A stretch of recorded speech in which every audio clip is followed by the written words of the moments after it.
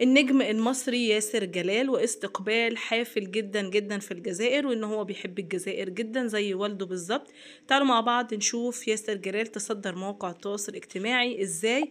بس في الاول كده هنصلي على رسولنا الكريم عليه افضل الصلاة والسلام، وكمان ما تنسوش لايك للفيديو، اشتركوا وفعلوا الجرس من كلمة الكل عشان خاطر يوصل لكم الجديد والترند.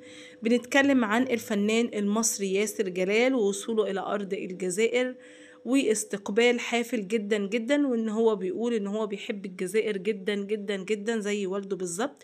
والده كان بيحبها برضو جدا جدا، وان هو فرحان جدا بوجوده في مهرجان وهران. دي فرصة كبيرة جدا جدا ان هو يبقى في بلده التانية وبيحبها جدا، وان هو دايما بيحب اهل الجزائر والجزائريين.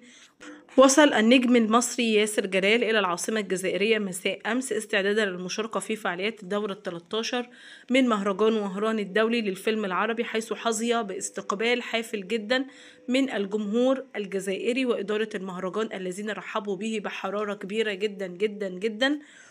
ومن المقرر أن هو يكرم خلال حفل الافتتاح تقديرا لمسيرته الفنية المميزة، واحتفاء بتعيينه مؤخرا عضو مجلس الشيوخ المصري. وطبعا هو بيتكلم وبيقول أنا واحد اتربيت على حب الجزائر، هي دي الجزائر وهي دي مصر، فأنا جاي محمل بالحكاوي من والدي الله يرحمه اللي هي كلها في حب الجزائر، وإن هي أقرب البلدان العربية إلى قلبي، مصر جزائر وسوريا، وان هو بيحب الشعبين دول كتير جدا جدا، والمصريين بيحبوا الجزائر والجزائريين بيحبوا المصريين، لان الحب ده يا رب دايما يستمر ويكبر، لانه هو حب واحد. بيقول انا ورثت حبي وحب الجزائر من والدي الله يرحمه.